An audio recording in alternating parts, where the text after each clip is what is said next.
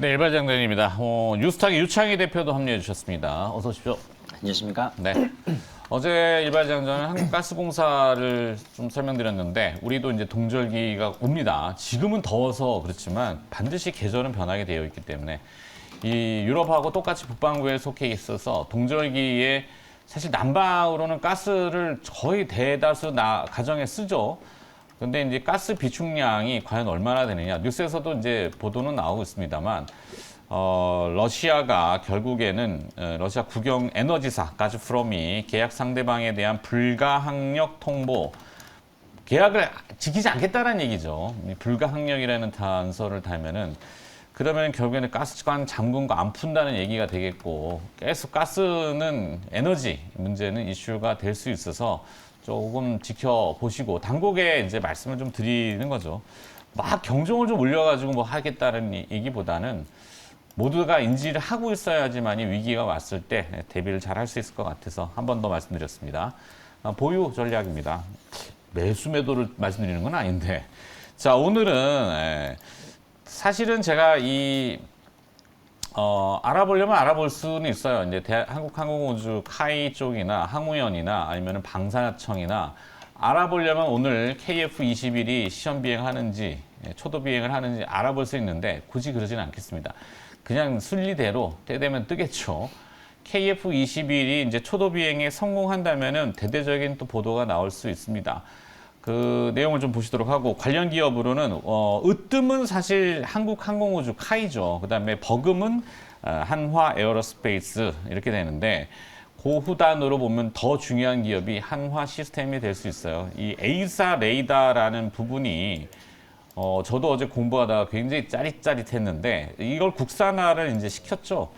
기존의 주력 기종 KF-16이나 F-15K는 기계식 레이더인데 이 A사 레이더라는 것이 뭐냐면은 능동 전자 주사식 위상 배열 좀 어렵습니다. 근데 자료 화면들이 막 이렇게 있는데 거기에 보면 이렇게 모듈들이 쫙 배열되어 있습니다. 모듈 그걸 이제 TR 모듈이라고 하는데 송수신 장치가 KF-21에는 1000개가 좀 넘게 들어가는 것 같아요. 근데 모듈 하나에 200만 원입니다. 그러면 1000개가 좀 넘은 곱하면은 20매덕 정도 되죠. 이게 원가만 20매덕이고 뭐 여러 가지 치면은 대략 뭐 계산은 나오죠. 근데 이제 이 국산화에 성공을 해서 KF-21이 초도 비행에 성공하면은 이제 향후에 한 150대까지는 생산해서 배치를 한다 그러죠. 그러면 한 2, 30억대 150억 곱하면은 한 4, 5천억은 그냥 이 A사 레이더 때문에 한화 시스템은 매출이 발생하고 수익성도 올라갈 겁니다. 그 A사 레이더라는 게 우리가 보통 잘 알고 있는 그 유력한 기종이 F-35라는 기종이 있는데 요게는 한 1200개 정도 들어가고 그 다음에 현존하는 지구상의 최강 기종이 F-22 랩터입니다. 여기 2000개 들어가요. 그게 뭐냐면은 2000개의 그 목표물을 동시에 탐지할 수 있고 대응할 수 있는 그 모듈입니다. 역설적이게도 이 스텔스 기능을 잡는 기능도 A사 레이더인데 향후에 이게 이제 성공하게 되면은 뭐 구축함이라든지 이지스함이라든지 다 들어가요. 다 온통 레이더가 다 들어갑니다. 그래서 참 짜릿한 부분을 국산화에 성공을 했구나. 대단하다. 네, 이게 좀 포인트입니다. 그래서 KF-21의 눈, 신의 눈이라고 합니다. 그래서 A사 레이더 좀 공부를 한번 해보시고 영상들이 이제 유튜브 같은데 많이 나와 있어요. 그래서 혹시 관심 있는 분들은 보시면은 도움이 많이 됩니다. 한화 시스템이 어제 나온 보도 자료는 영국의 이제 판러버 에어쇼 세계 3대 방산 전시회에 참가한다고 하는데요.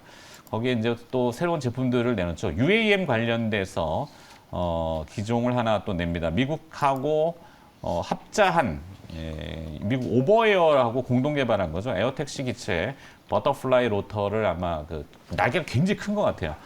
전시 부스도 굉장히 크고 뭐 하여튼 그런 행사도 하게 되면은 수주도 굉장히 또 많이 들어오겠죠. 자, 하여튼 너무 길게 얘기하면 그러니까 두 분의 얘기를 조금 추가해서 유창희 대표의 생각. 방산이라고 하는 개념, 방위 산업이죠, 방위 산업. 네.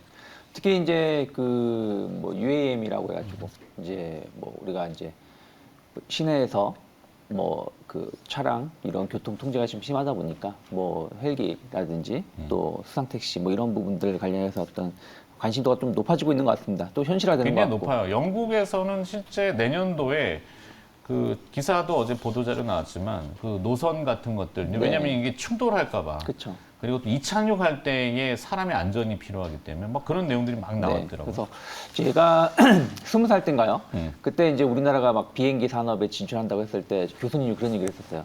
자동차는 가다가 서도 되지만 비행기에 가다 떨어지면 어떡하냐 막 이런 우려를 했었는데 그게 벌써 20년 전 얘기인데 지금 벌써 우리나라 항공 시장이 이렇게 좀 급성장을 하고 있다라고 새삼 느끼고 있는데 이게 기술도 안 주는데 미국에서 그러니까요. 회사 기술을 안 줬단 말이에요. 사실 정말 독한 것 같아요, 우리나라가. 그러니까. 그래서 거기다가 최근에 또 이제 폴란드 같은 경우 어저께도 이제 급하게 계속해서 무기 지원 이런 얘기가 수주 이런 얘기 나오면서 방산주들이 좋은 소식 나오고 있는 것 같습니다. 뭐 우리 위성도 우리 스스로가 발사체를 쏘고 있고.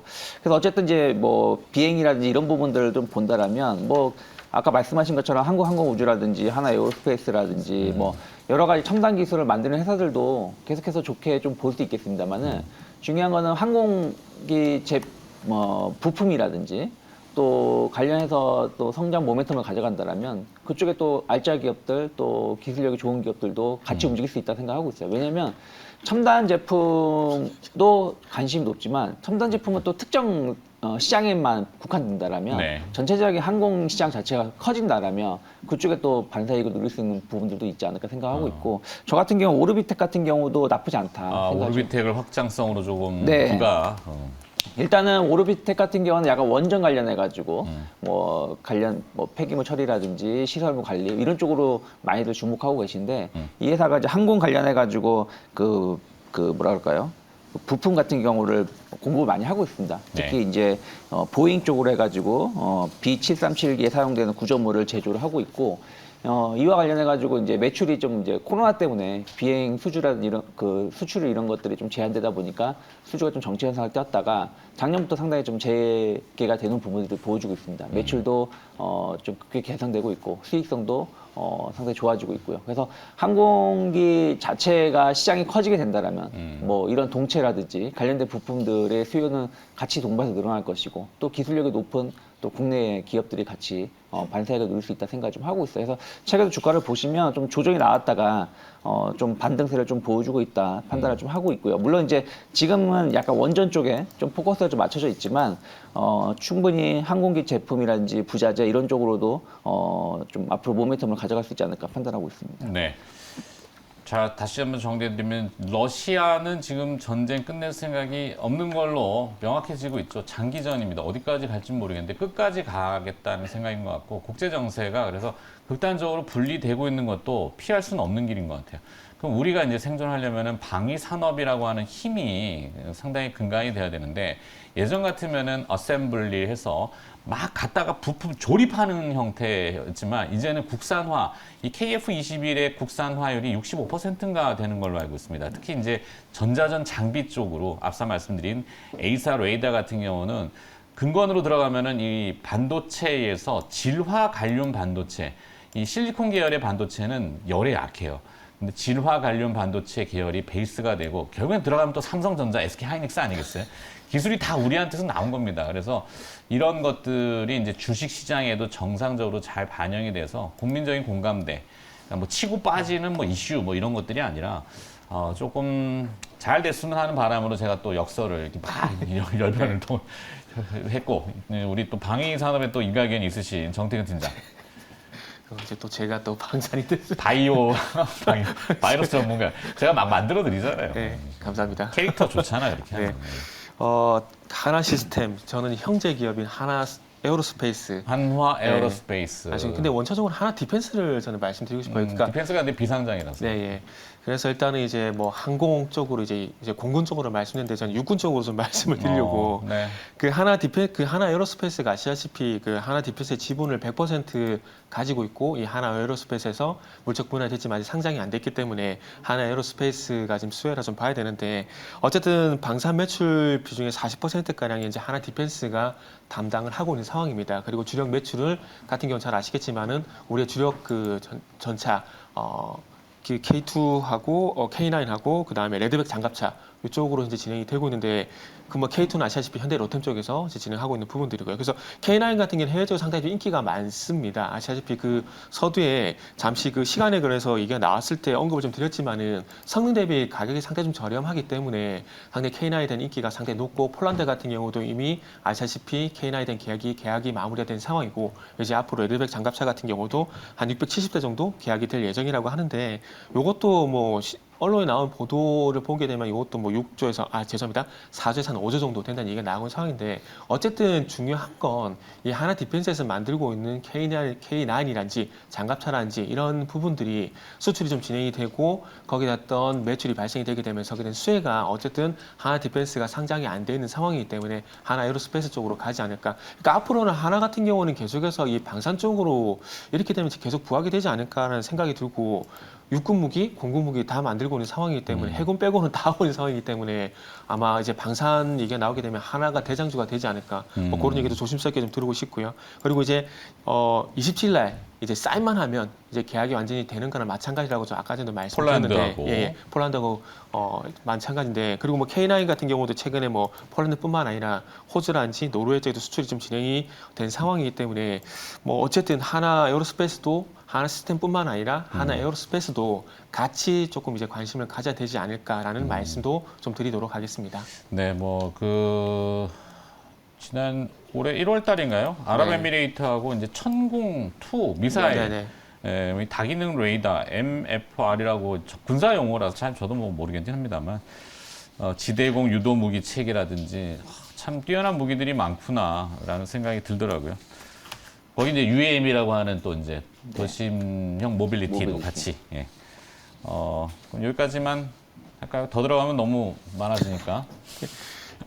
그리고 아까 전에 엘사 레이더 있지 않습니까? 모듈 방식이라고 네. 하셨잖아요. 근데 이게 촘촘하게 네, 돼 촘촘하게. 있잖아요. 예. 근데 이게 지금 국내 5G 같은 경우에 다중 입출력 기지구라 해가지고 빔포밍 기능이 이게 부착이 되어 있거든요. 음. 근데 지금 우리가 아시다시피 5G 같은 경우는 전국 상용화가 좀 돈이 많이 들기 힘들지 않습니까? 네. 그러다 보니까 5G 특화망이라 가지고 이은 5G 사이버를 현재 진행을 하고 있는데 여기에 이 많은 주파수들이 이렇게 그러니까 말 그 다중 입출력 그러니까 많은 주파수들이 왔다 갔다 하다 보니까 이 다중 입출력 장치인 빔포밍 기능을 좀 부각을 시키고 있는데 아마 요 기능하고 아마 방금 말씀하신 A사의 어떤 모듈이란지 이게 좀 일맥상통한 부분이 아닌가 좀 생각이 들어요. 그러다 보니까 아마 그쪽으로 해서 레이더 어떤 기술이란지 개발도 상당히 좀 빨라진 것이 아닌가라고 네. 좀 저도 숟가락 좀 얹겠습니다. 숟가락 얹을 필요 없어. 다 우리가 알고 있는 건데 이제 뭐 어느 타이밍에 그거를 얘기를 할 건가 이런 논란일 뿐이고 아이디어를 붙여보는 거죠. 자, 오늘 일발장자는 방위 산업의 또 주요한 포인트가 등장했고 이제 KF-21이 초도 비행에 성공한다면 관련 기업들 뭐 누리호 때도 마찬가지. 물론 근데 누리호 때는 조금 아쉬운 부분이 없지 않아 있었습니다만 이번에는 동일한 재료로 동일하게 실망을 주지 않고 오히려 기대를 줄 거라고 생각해서 한화 시스템을 A사 레이더 포인트로 잡아서 말씀드렸습니다.